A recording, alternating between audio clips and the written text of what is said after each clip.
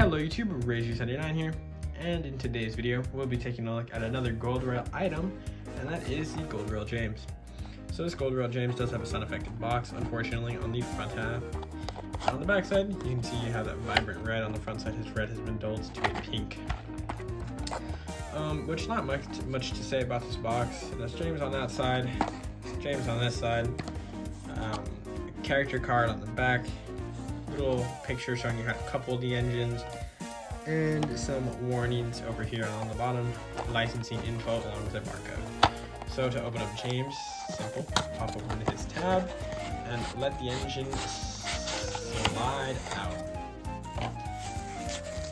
And you see wrapped in foam.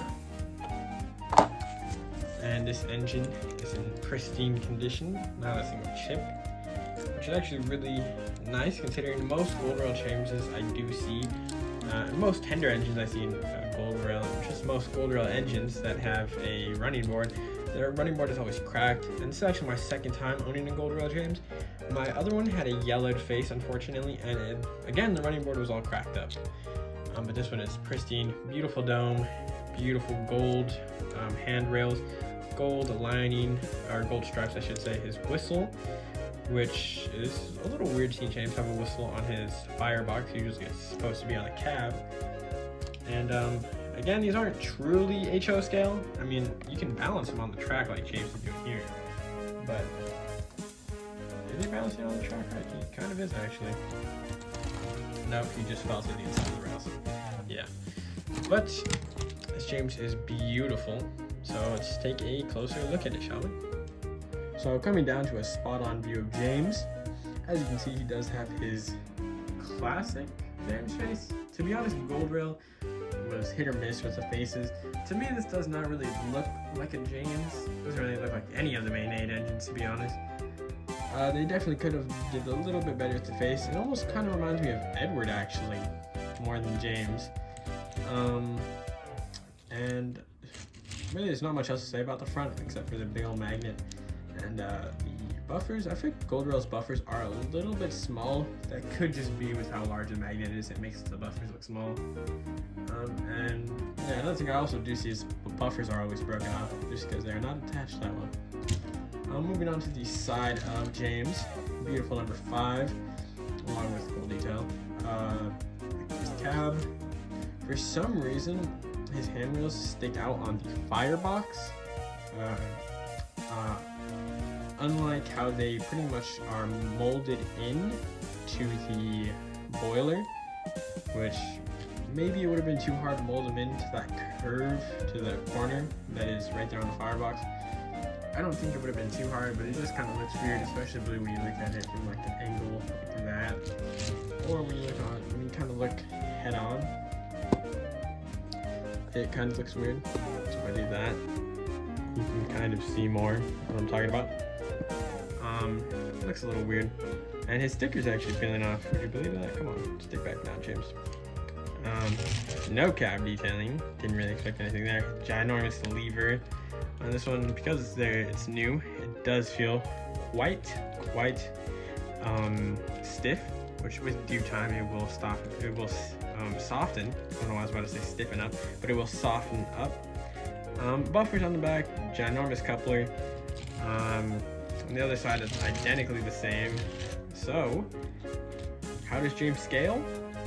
Let's find out. So comparison time is here. Here we have James, and right next to him we will put down a Ben. James' stickers just keeps on trying to peel off on his cap. Side to side, Ben is absolutely massive.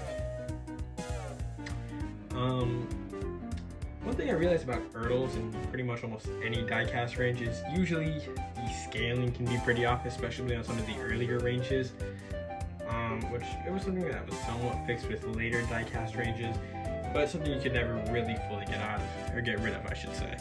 And of course, they do both couple up together. Nice strong connection. So we draw coupling up. Here I have Annie to show James coupled up to some coaches. So compared to coaches, I wouldn't say it's too bad of a size comparison. I do feel like Annie and I feel like most of the coaches actually are just a little bit too big. I mean, look, look how big Annie is. I was about to say. What was it about? I don't even know.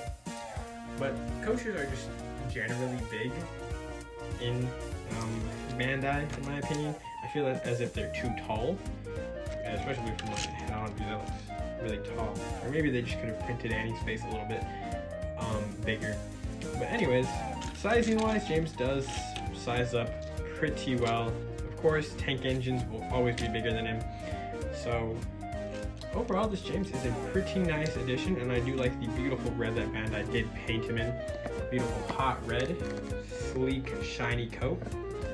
And overall, if his sticker could like stop jumping up, let's see, what do I have? I have a screwdriver here.